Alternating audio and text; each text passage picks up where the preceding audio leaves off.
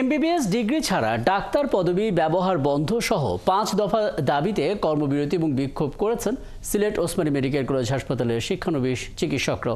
এ বিষয়ে বিস্তারিত জানাতে আমাদের সঙ্গে যুক্ত হচ্ছেন সহকর্মী মুকিত দিদার।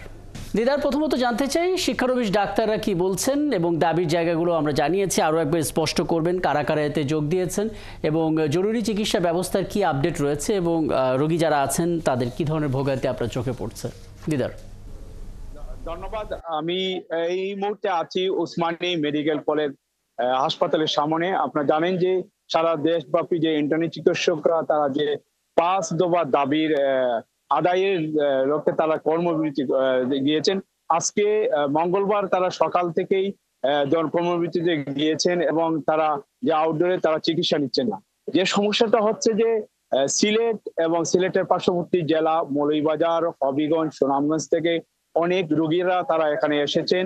আসার পর তারা চিকিৎসা না পেয়ে অনেকটা রমজান মাস থাকার কারণে তারা ভোগান্তিতে শিকার হয়েছেন এবং তারা আপনারা জানেন যে ইন্টার্নি চিকিৎসকরা সিলেট ওসমানী মেডিকেল কলেজ হাসপাতালে গতকাল সোমবার তারা আউটডোরে তারা লাগিয়ে দেন এবং 3টা পর্যন্ত তালা লাগানো ছিল এবং এখানে যারা রোগীরা এসেছিলেন সেবা নিতে তারা সেবা না নিয়ে তারা আসলে অনেকটা আপনারা জানেন যে রমজান মাস থাকার কারণে তারা এখানে অনেকটা ভোগান্তিতে পড়ে। আর সেই চিত্রটাই আমরা এখানে ওসমানী মেডিকেলে দেখতে পাচ্ছি এবং তারা যে 5 দফা দাবি জানিয়ে যাচ্ছেন, তারা বলেছেন যে দাবিগুলো যে তাদের মূল যে দাবি যে এখানে তারা বলেছেন যে ইন্টারনেট ডাক্তার পদবি শুধু এমবিবিএস এবং বিডিএস ছাড়া কেউ ডাক্তার লিখতে পারবে না, তাদের প্রথম একটা দাবি হচ্ছে। এরপর দাবি হচ্ছে যে তারা দাবি আমাদের জানিয়েছেন যে এখন এই মুহূর্তে তারা সারা দেশে 10,000 ডাক্তার নিতে হবে, 10,000 ডাক্তার নেওয়া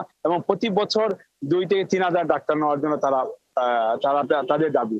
এই দাবির মধ্যে আরেকটি দাবি হচ্ছে যে বিসিএস কে তাদের বয়সের সমস্যা যে 34 বছর করতে হবে। এই ছিল তাদের 5টা দাবির মধ্যে উল্লেখযোগ্য কয়েকটি দাবি এবং আমরা সকাল থেকে দেখছি যে ইন্টার্নি চিকিৎসক এবং শিক্ষার্থীরা তারা যে মেডিকেলের যে চত্বর আছে সেই চত্বরে জড়ো হয়েছেন এবং তারা বিভিন্ন জায়গায় ঘুরছেন এবং তারা বলেছেন যে আজকে তারা এই আন্দোলন চালিয়ে যাবেন এবং 3টা পর্যন্ত তাদের আউটডোরে কোনো চিকিৎসা দিবেন না। আমরা ইমার্জেন্সিতে ছিলাম, ইমার্জেন্সিতে দেখতে পাচ্ছি যে রোগীরা চিকিৎসা নিচ্ছেন, ডাক্তার কম থাকার কারণে দীর্ঘ লাইন হয়েছে, সময় যাচ্ছে এবং তারা রোগীদেরকে দেখছেন। কিন্তু এখানে আমি যেটা বলতে চাচ্ছি যে আউটডোরে কোনো রোগী দেখা হচ্ছে না এবং সবাই এখানে রোগীরা জড়ো হয়ে আছেন এবং তারা বলছেন যে আমরা তাদের এই আন্দোলনকে আমরা সমর্থন করি, কিন্তু আমাদেরকে তারা রোগীর সেবা দিয়ে যাওয়া দরকার ছিল। আমরা রমজান মাস অনেক দূর দূরান্ত থেকে এসেছি, আমরা এই রমজান মাস আমরা অনেকটা ভোগান্তিতে শিকার হচ্ছি। অনেকগুলো তথ্য জানিয়ে দিলেন, নিশ্চয়ই দিদার পরবর্তীতে আপনার সঙ্গে কথা হবে এবং তাদের এই কর্মবিরতি কি প্রভাব পড়ছে জরুরি অবস্থায় থাকা রোগীদের উপর সেগুলো নিশ্চয়ই আপনার কাছ থেকে আমরা জেনে যেতে পারবো। আমাদের সঙ্গে যুক্ত হচ্ছিলেন সিলেট থেকে বলছেন সহকর্মী মুহিত দিদার।